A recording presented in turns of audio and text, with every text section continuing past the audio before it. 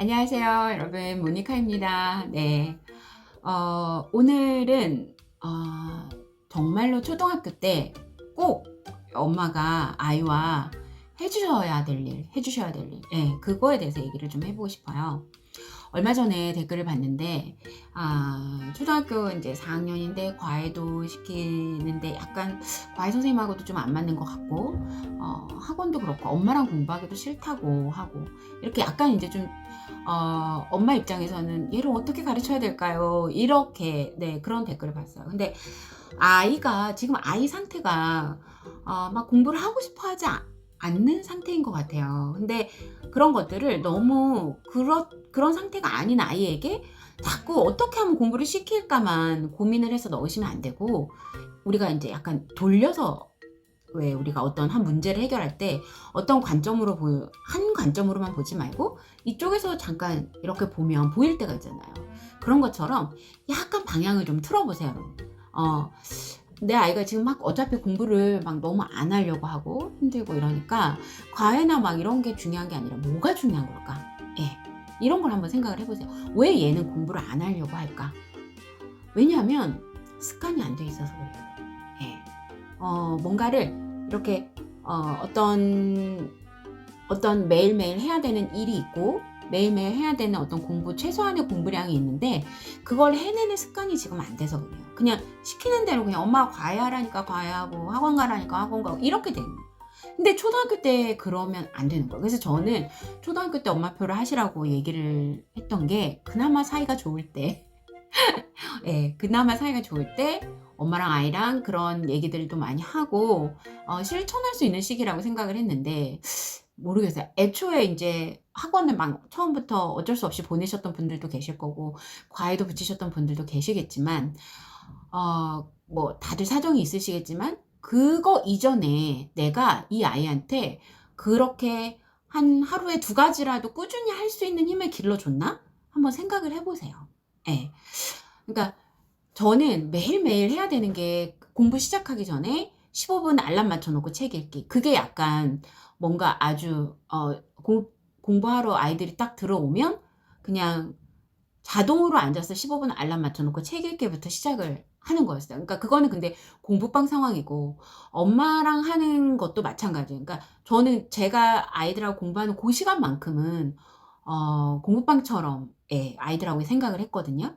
그러니까 아이들도 딱 지금부터 인제 우리 하는 그런 시간이다라고 미리 정해 놨으니까 그 시간에 이렇게 딱 탁자에 앉아서, 거실 테이블에 앉아서 공부를 할 때 알람 맞춰 놓고 15분 정도 우리 책 읽자 하고, 어릴 때부터 그냥 그렇게 했었던 것 같아요.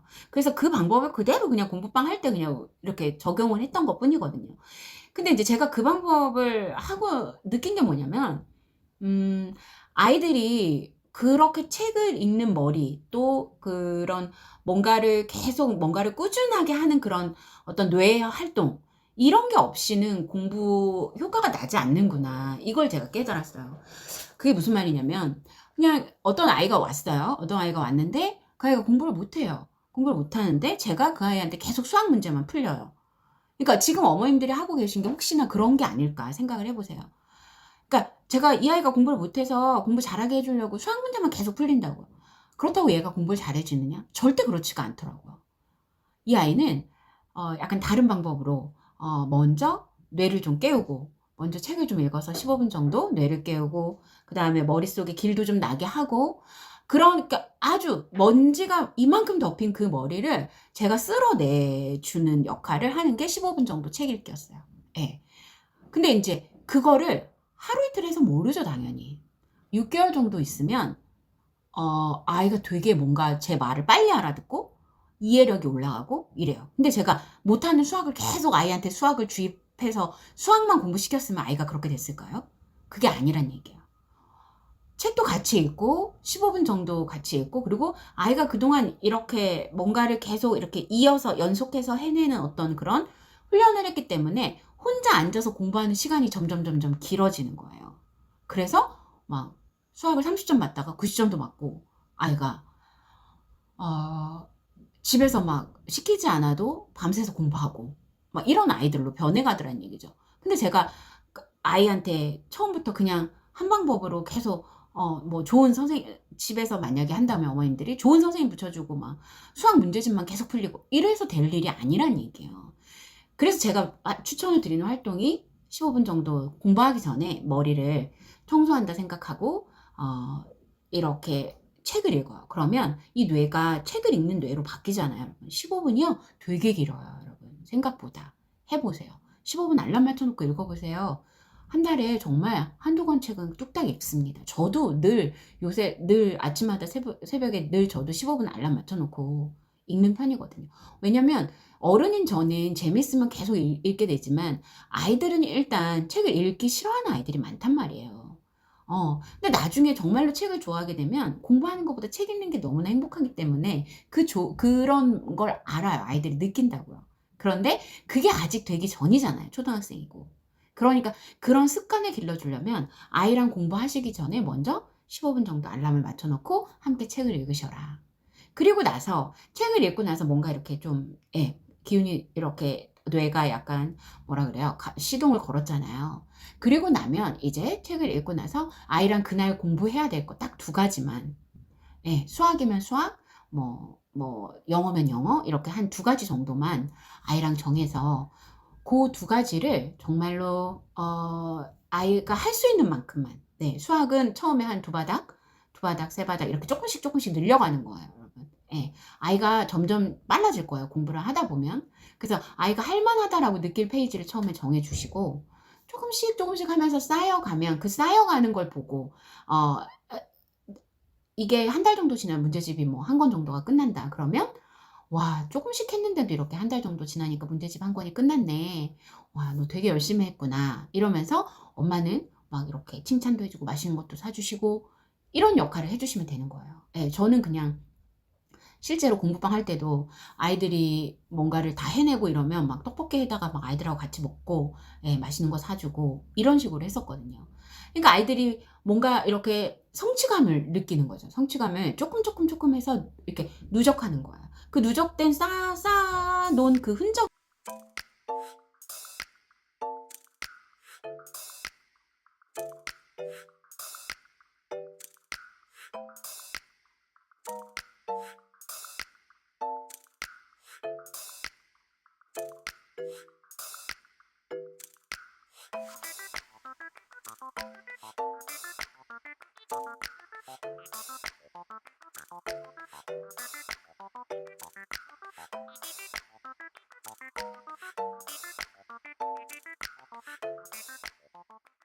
있잖아요, 집에. 뭔가 아이가 뭐 예를 들어 모니카 신문을 열심히 봤어요. 그럼 그 모니카 신문이 다 촥촥촥 쌓여 있을 거 아니에요. 그러면 그 쌓여 있는 신문을 보면 뿌듯한 거죠. 그게 다 성취감이에요. 그리고 그 많은 걸 내가 읽었어. 물론 잊어먹은 것도 있겠지만 나는 좀 이런 신문도 읽는 애야. 이런 느낌도 있고. 그리고 만약에 영어 집중 듣기를 했어요. 어떤 책을, 원서를. 그러면 한 권이 끝났어요. 그러면 내가 저거 다 들었다? 이렇게. 초등학교 때는 엄마랑 그렇게 조금 하면서 늘려가면서 아이들하고 공부를 하는 그런 앉아서 뭔가 하나 끝내고 또 하나 시작하고 끝내고 오늘 공부 다 했다 이런 느낌 있잖아요. 그걸 알려줘야 되는 거야. 이렇게 하면 오늘 공부는 끝나는 거야. 그래서 이렇게 하고 나서 이제 너가 하고 싶은 거 마음대로 이렇게 놀아도 되고 마음대로 해도 되는 거야. 공부를 이렇게 하고 나면 다른 거 해도 마음이 되게 편한 거야. 이런 것들을 아이랑 같이 계속 누적해서 알려주는 거예요. 네. 그러니까 저는 그렇게 했었어요. 공부를 처음에 15분 책 읽고 그다음에 영어 집중 듣기 넣고 매일 꼭 해야 되는 거 영어 집중 듣기 한 20분 정도 넣고 그다음에 수학 문제집.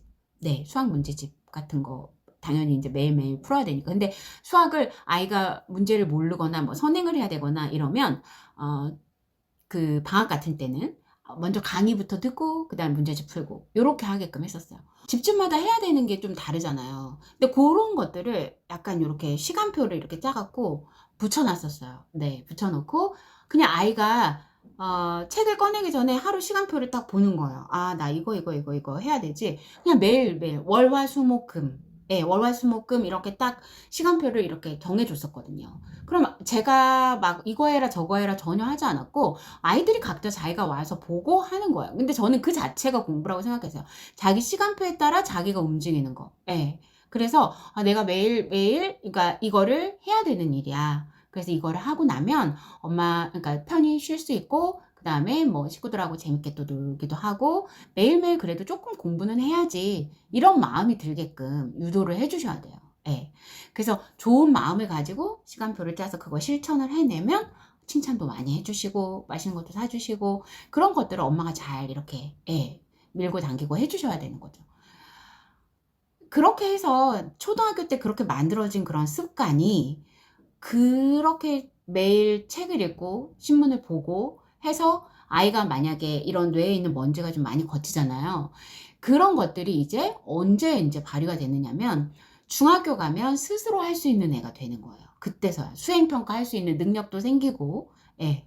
그러니까 초등학교 때는 중학교 때 아이가 스스로 해야 될 그런 능력들을 엄마가 집에서 좀 그런 루틴 속에서 길러줄 수 있으셔야 되는데 무조건 학원에 맡기고 과외 선생님 붙이고 해서 될 일이 아니라는 얘기예요. 되게 다양한 능력이 필요하잖아요. 아이가 중학교 때 학교 생활을 해내려면. 근데 그거를 뭐 과목마다 다 선생님 붙일 수는 없는 거니까. 그러니까 엄마랑 꾸준히 어떤 그때그때 필요한 과목 그런 것들을 시간표를 짜서 그때그때 지키는 거고 만약에 아이가 막 길게 하기가 힘들어요. 그러면 한 일 주일만 요렇게 해 보자라고 해서 단기간 루틴을 먼저 처음에는 해 보는 거예요. 그래서 하고 나서 "너 저번 주 이렇게 해 보니까 어땠어? 많이 힘들었어? 아니면 해볼 만했어?" 이렇게 해서 또 그다음 주는 "그럼 이번 주는 어떻게 해 볼까? 우리 이렇게 해 볼까?"라고 해서 정해 주는 거죠. 음. 어 제가 지금 잠깐 사담을 좀 드리면 신문을 여러분 하고 있잖아요. 근데 제가 제 신문을 초등학교생도 있고 고등학교생도 읽고 있어요. 지금 후기를 보면 알 수 있으니까요. 그런데 저는 제가 이걸 만들고는 있지만 이런 작업을 저희 아이들 키울 때도 제가 못 했었던 거였거든요. 그냥 신문을 보여주긴 했었죠. 근데 이렇게까지 정성을 들여서 제가 아이들이 신문을 볼 수 있게끔 만들어 주지는 못했었는데 하면서 너무너무 많은 걸 느껴요. 예. 저도 너무 배우는 게 많고 엄마랑 아이랑 이걸 같이 하면서 이런 루틴을 만들어 가면 어 '진짜 중학교, 고등학교 때 도움 되게 많이 되겠다.' 이런 생각이 너무 많이 드는 거예요. 그러니까 꼭 제 신문을 하시라는 게 아니라 제 신문 얘기가 아니라 신문 안에 나와 있는 그런 내용들도 꾸준히 읽는 그런 루틴 속에 넣어 두시라는 얘기예요. 근데 진짜 배울 게 많더라고요. 저도 이렇게 신문을 제가 샅샅이 볼 봤겠어요, 여러분? 예. 아이한테 그냥 던져 주고 봐라 이랬겠죠. 근데 그러면 안 되는 거였던 거예요. 네. 이렇게 엄마랑 얘기 나누고 이러는 게 어느 논술학원 못지 않아요. 예. 논술학원 가면 사실 시험 대비하고 막 그래요, 여러분. 책 읽고 내용 얘기하고. 근데 아이들이 물론 재밌어하는 친구들도 있겠지만 결국 고등학교 가면 논술학원 전부 다 그냥 국어 시험 대비 학원이거든요. 비문학 막 설명해 주고 고전문학 막 설명해 주고 막 그런단 말이에요. 그러니까 그때 가면 어쩔 수 없을 수 있어요. 어쩔 수 없을 수 있지만 그전에 초등 때, 중등 때 아이들이 할 수 있는 루틴을 많이 좀 만들어서 그러니까 짧게 짧게 해볼 만한 루틴들, 다양한 경험을 할 수 있게끔 하는 그런 루틴들 뭐 영자 신문 보기도 좋고 지금 아니면 언제 하냐고요, 그런 것들을. 아이들 책 읽고 엄마도 책 읽고 아이들 신문 보고 엄마도 신문 보고 이렇게 아이들과 함께 좀 해 주셔야 돼요, 초등 때는. 그래서 저는 꼭 그런 노력이 좀 필요한 것 같아요. 초등 때 그렇게 함께 하면 정말 뭐라고 해야 되나 일석한십조는 될 거예요. 예. 엄마랑 관계도 좋아질 거고 엄마랑 이렇게 이야기 나누는 그런 것도 중고등학교 때 많이 할 수 없거든요, 여러분. 네. 초등 때 많이 할 수 있단 말이에요. 그러니까 그런 것들부터 시작해서 그런 좀 즐거운 기억으로 초등을 보내야지 막 막 '나는 왜 이렇게 수학을 못하지?' 막 이런 기분을 느끼면서 초등을 보내게 하지 마시라는 얘기예요. 아시겠죠, 여러분? 네. 그런 초등 때 그런 루틴들을 잘 만들어 간 아이가 중학교 때 가서도 혼자 잘하고요. 진짜 고등학교 가서 이제 중학교 때 엄청 잘할 필요 없어요, 여러분. 고등학교 가서 정말로 막강한 어떤 그런 배경 지식과 이런 것들로 뭉친 아이가 되어서 고등학교 때 진짜 잘할 거예요. 예. 초등학교 때 작게 엄마랑 같이 했던 그런 활동들이 고등학교까지 이어지는 힘이 된다. 이게 제가 오늘 말하고 싶은 말이에요. 그러니까 어느 과외를 보내느냐, 어느 학원을 보내느냐, 이런 거 고민하지 마시고, 어떻게 루틴을 만들어서 아이랑 하루에 2가지 이상, 3가지 정도라도 실천해 볼까? 이걸 고민하시란 말이에요. 아시겠죠, 여러분? 네. 오늘도 좀 길었네요. 네. 아, 제가 20일부터 모니카 그 후원 접수를 받아요. 그래서 후원해 주시는 분들께 제가 만든 신문을 보내드리고 있고, 자세한 내용은 블로그에 제가 다 기록을 해놨고 인스타에 기록을 다 해놨으니까 여러분 참고해 주시면 되겠습니다. 네. 구독과 좋아요도 부탁드려요. 요새 저 구독자 수 되게 많이 늘은 것 같아요, 여러분. 감사합니다. 네, 저도 언젠가 10,000명 되는 날이 있겠죠. 네. 고맙습니다.